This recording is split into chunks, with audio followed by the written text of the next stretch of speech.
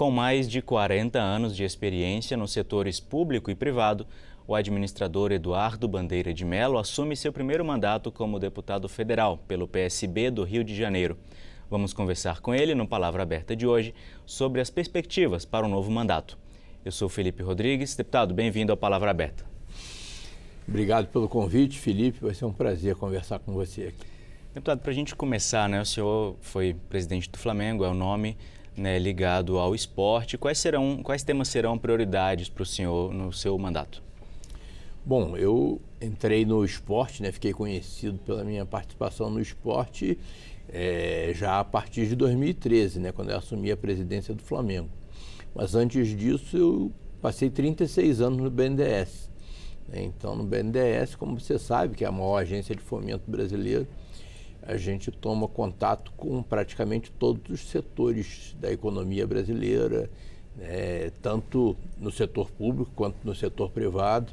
E isso, vamos dizer, me credencia a trabalhar muito também pela retomada do crescimento brasileiro, pela interrupção do processo de esvaziamento econômico, não só do Brasil, como do meu estado, do Rio de Janeiro.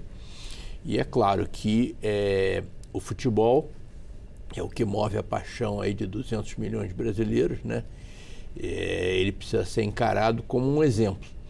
Boa parte dos brasileiros, e isso eu apliquei no Flamengo também, esse conceito, boa parte dos brasileiros, pessoas humildes, crianças, jovens, muitas vezes não tem nenhum outro ponto de contato com a realidade além do seu clube de futebol. Então é fundamental que o futebol dê bons exemplos para a população, e isso daí com certeza vai reverter em melhorias não só nas áreas sociais, na educação, por exemplo, como isso reverte para melhorias no próprio futebol.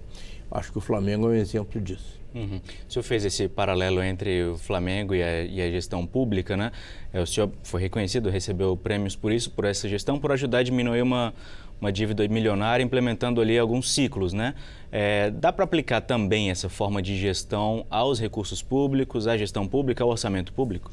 Claro, eu acho que quando a gente lida com recursos públicos, você tem que lidar com transparência, com competência e com integridade. E foi exatamente isso que a gente fez no Flamengo. O Flamengo era uma instituição absolutamente desacreditada, uma instituição que não pagava salários em dia, nem para atletas, nem para funcionários, uma instituição que não pagava suas dívidas, que não recolhia os impostos, praticava apropriação indébita. Então ele estava numa situação absolutamente vexatória.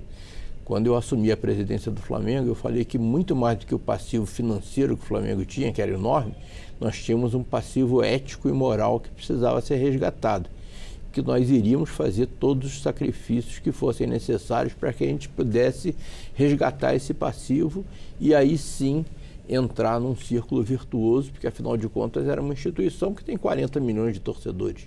E aí isso é maior do que a população de grandes países do mundo, E efetivamente eu acho que deu certo. A torcida do Flamengo comprou a nossa briga, percebeu que a gente precisava efetivamente fazer esse sacrifício. Eles foram extremamente parceiros ao longo dos meus 6 anos, 2 mandatos de 3, e eu acho que o Flamengo efetivamente conseguiu virar o jogo. Acho que no país a gente pode fazer esse paralelo e evoluir em vários setores exatamente com essas 3, vamos dizer, palavras-chave, integridade, transparência e competência, capacidade de gestão. Uhum. Esse cenário que o senhor tratou, que o senhor desenhou aqui do Flamengo, o senhor acha que é o mesmo cenário das contas públicas, da gestão atualmente? Olha, não é exatamente igual, até porque são coisas diferentes, mas eu acho que esse paralelo pode ser feito, sim. Uhum. E como é que dá para virar o jogo, então, deputado, como o senhor mencionou? Olha, você tem que trabalhar, como eu falei, com competência, você tem que ter capacidade de gestão para mudar isso daí. É claro que no Poder Legislativo a gente não tem o poder de interferir diretamente nas coisas, mas a gente pode ajudar.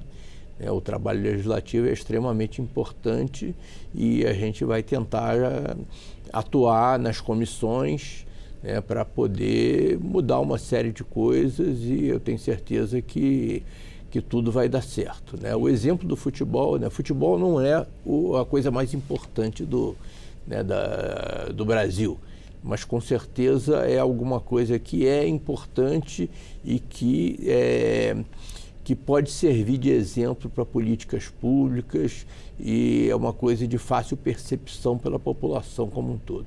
O senhor vai propor, a frente parlamentar pela modernização do futebol brasileiro. Que resultados o senhor espera com essa frente parlamentar, com essa iniciativa? Eu acho que a gente precisa modernizar a governança do futebol brasileiro. O futebol brasileiro, se você pensar que nós somos um país de 220 milhões de pessoas quase, e boa parte delas aficionados por futebol, o nosso desempenho nas competições tem sido muito abaixo do que é necessário, e o exemplo que as nossas entidades de administração do esporte e mesmo clubes vêm dando para as suas torcidas, para a população como um todo, não é o exemplo que a gente gostaria. E isso tudo pode ser replicado para outras áreas de políticas públicas. Acho que o futebol tem que estar sempre de mãos dadas com a educação. Se você conseguir isso, você pode ter certeza que nós vamos melhorar muito a educação e vamos melhorar muito o futebol. Deputado, só para a gente terminar aqui, tem alguns projetos de lei que são relevantes, considerados relevantes para o setor, como a Lei Geral do Esporte, que está no Senado, como a própria criação da Liga Brasileira de Times, Isso vai estar no radar do senhor, vai estar no seu panorama? Como é que o senhor pretende atuar nesses temas? Não, com certeza, nós vamos ter que dar uma revisitada em todo esse arcabouço legal aí ligado ao futebol, ao esporte de uma maneira geral, para tentar encaminhar as coisas da melhor maneira possível. A questão das SAFs mesmo, e da criação das ligas, tudo isso merece assim uma reflexão para que você possa aperfeiçoar o que já foi criado.